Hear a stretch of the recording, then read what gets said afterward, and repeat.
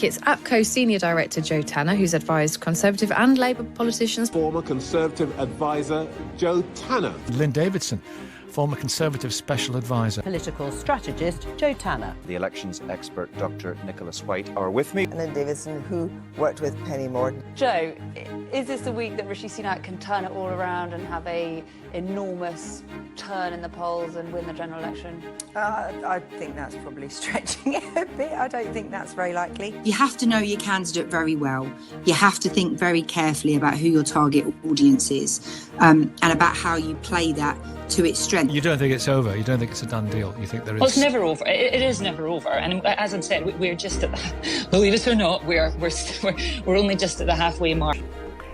Joe Tanner, I mean, you've been in these rooms in Downing Street in some pretty difficult conversation. I mean, what's your overriding emotion about this?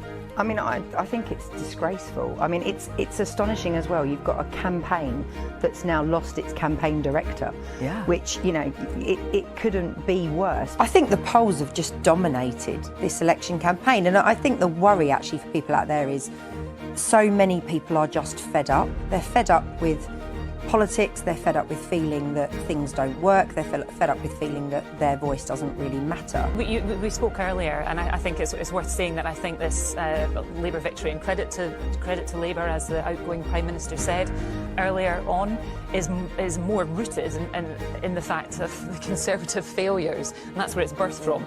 Partygate, that's when the split in the polls began. The change there is within unionism, which has fractured. There are now four different voices, four different groupings representing unionism. I look back, and you have to go back to the 70s before we had a situation like that, and even then it's disputable because of the Ulster Unionist Coalition in the two elections of 74.